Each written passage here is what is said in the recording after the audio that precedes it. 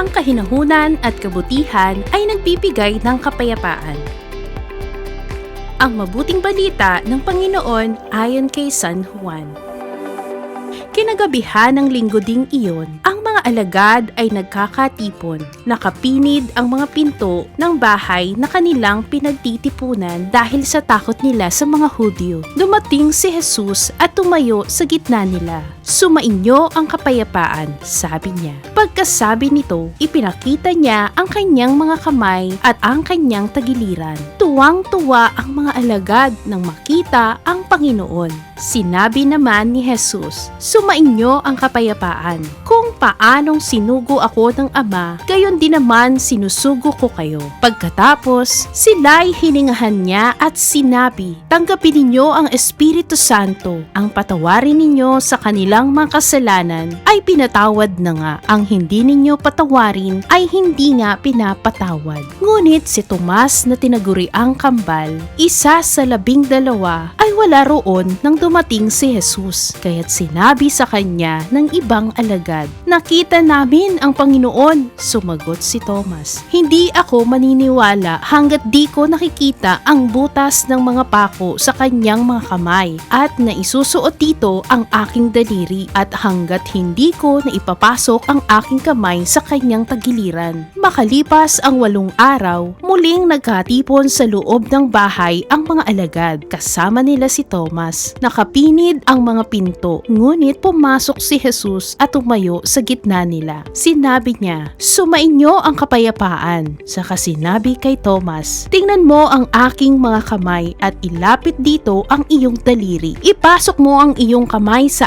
aking tagiliran. Huwag ka nang mag-alinlangan, maniwala ka na." Sumagot si Tomas, "Panginoon ko at Diyos ko." Sinabi sa kanya ni Jesus, "Naniniwala ka na ba sapagkat nakita mo ako? Mapalad ang mga naniniwala kahit hindi nila ako nakita." Marami pang kababalaghang ginawa si Jesus na nasaksihan ng mga alagad, ngunit hindi natatala sa aklat na ito. Ang natala rito'y sinulat upang sumampalatayang kayong si Jesus ang Mesiyas, ang anak ng Diyos, at sa gayoy magkaroon kayo ng buhay sa pamamagitan niya.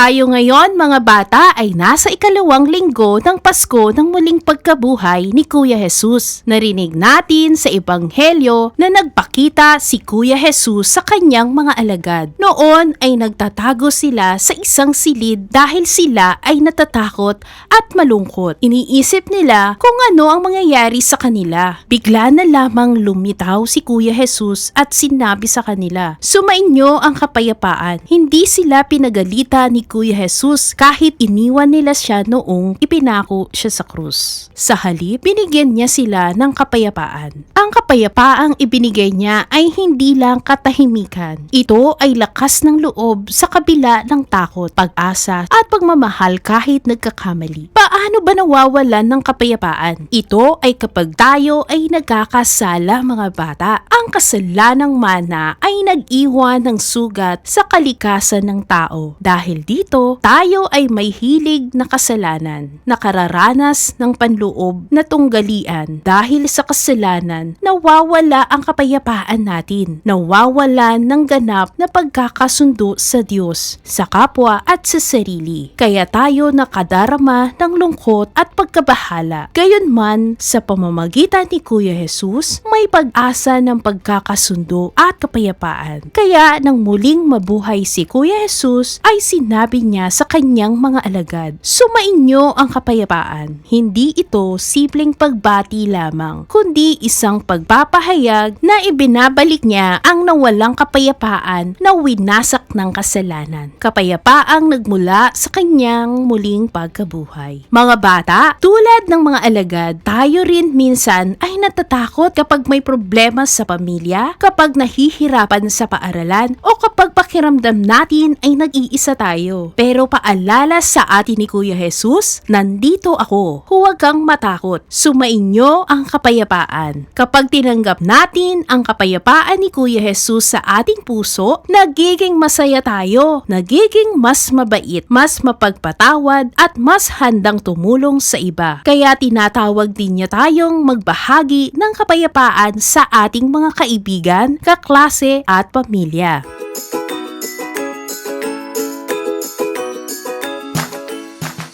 Paano ka magiging daan ng kapayapaan sa iba? Una, gumamit ng mabubuting salita. Sanayin ang sarili na magsabi ng salamat, pasensya na, at pwede bang tumulong? Sapagkat ang mabubuting salita ay nagpapagaan ng loob at nagpapaayos ng samahan. Ikalawa, maging tagapamagitan, hindi tagapag-away. Kapag may nag-aaway na kaklase o kapatid, huwag makisali sa gulo. Subukang awatin o tumawag ng matanda. Ang pagnanais na ayusin ang problema sa mahinahong paraan ay nagdadala ng kapayapaan sa lahat. Ikatlo, magbahagi ng kabutihan. Tumulong sa gawaing bahay. Ang simpleng pagtulong at malasakit ay nagpaparamdam sa iba na sila ay mahalaga. Kapag pinili nating maging mabuti, mahinahon at mapagmalasakit, tayo ay nagiging tanda ng kapayapaan ni Kuya Jesus sa kapwa.